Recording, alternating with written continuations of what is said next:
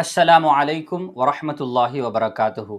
சதகா யாருக்கு கொடுக்க வேண்டும்? ஜகாத்தை போன்று சதகா இவர்களுக்கு மட்டும் தான் கொடுக்க வேண்டும் என்ற தனி சட்டம் கிடையாது. ஆனால் இதில் முன்னுரிமை வழங்கப்பட வேண்டிய ஒரு பட்டியல் இருக்கிறது. ஏழை எளியோர்கள், விதவைகள், அனாதைகள் என்று இவர்களை தேடிச் சென்று கொடுக்க வேண்டும். இதிலும் குறிப்பாக இந்த பட்டியலில் நம்மை குடும்பத்தை சேர்ந்தவர்கள் இருந்தால் அவர்களுக்கு முன்னுரிமை கொடுக்கப்பட வேண்டும். காரணம், பெருமானார் ஸல்லல்லாஹு அலைஹி வஸல்லம் சொன்னார்கள், அஸ்ஸதகத்து அலல் மிஸ்கீனி ஸதகா வ அலா ஸிர் ரஹீம் இஸ்னதான் ஸதகத்தம் வஸிலா. ஏழை எளியோர்களுக்கு நாம் செய்யக்கூடிய தர்மத்திற்கு ஒரு கூலி என்று கூறினால், நம்முடைய குடும்பத்தினர்களுக்கு நாம் செய்யக்கூடிய அந்த தான தர்மங்களுக்கு 2 பங்கு நன்மைகள் இருக்கிறதாம். ஒன்று தான தர்மத்துடைய பங்கு, மற்றொன்று குடும்பத்தின் உறவிற்கான பங்கு. எப்படி தகுதி படைத்தவர்களான ஏழை எளியோர்கள், அனாதைகள், மிஸ்கீன்கள், விதவைகள், இல்லாதவர்கள், இயலாதவர்கள் என்ற ஒரு பட்டியலிட்டு அவர்களை தேடி சென்று நாம் கொடுப்போமோ, அதை போன்றே இன்னொரு விஷயமும் இருக்கிறது.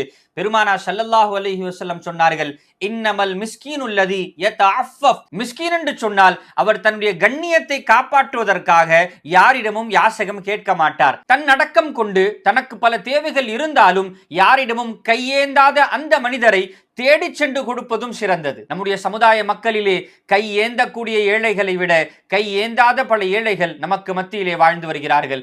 அப்படிப்பட்டவர்களை அறிந்து அவர்களுக்கு கொடுப்பதும் சிறந்தது. தன்னுடைய கண்ணியத்திற்காக யாரிடமும் கையேந்தாத அந்த மனிதருக்கு உதவுவதினால் அல்லாஹ் ரப்புல் இஸ்ஸத் நமக்கு தேவை ஏற்படும் பொழுது நம்முடைய கண்ணியத்தை பாதுகாத்து அல்லாஹ் நமக்கு உதவி செய்வான். ஹதீசுகளுடைய வெளிச்சத்திலே சதகா தகுதி படைத்தவர்களுக்கு மட்டுமல்ல, தகுதி இல்லாதவனுக்கு நாம் சதகா கொடுத்தாலும் நமக்கான நன்மைகளை நாம் பெற்றுக்கொள்ளலாம் என்ற சாரம்சத்தை பெறலாம். இதை கொண்டு சூஃபியாக்கள் நமக்கு சொல்லுவது என்ன தெரியுமா? நாம் தேடி சென்று தகுதி படைத்தவர்களுக்கு மட்டும் கொடுத்தால், ஒரு சில நேரத்திலே பணம் படைத்தவர்கள் நம்மிடத்திலே கேட்டால், அல்லது இருப்பவன் கேட்டால், அல்லது சொந்த வீடு வைத்திருப்பவன் நம்மிடத்திலே கேட்டால், அல்லது நன்றாக வாழக்கூடியவன் நம்மிடத்திலே கேட்டால், அல்லது ஏற்கனவே நம்மிடத்திலிருந்து உதவி பெற்றுவிட்டவன் மீண்டும் வந்தாலும் அப்படிப்பட்டவர்களை நாம் ஒதுக்குகிறோம் அல்லவா?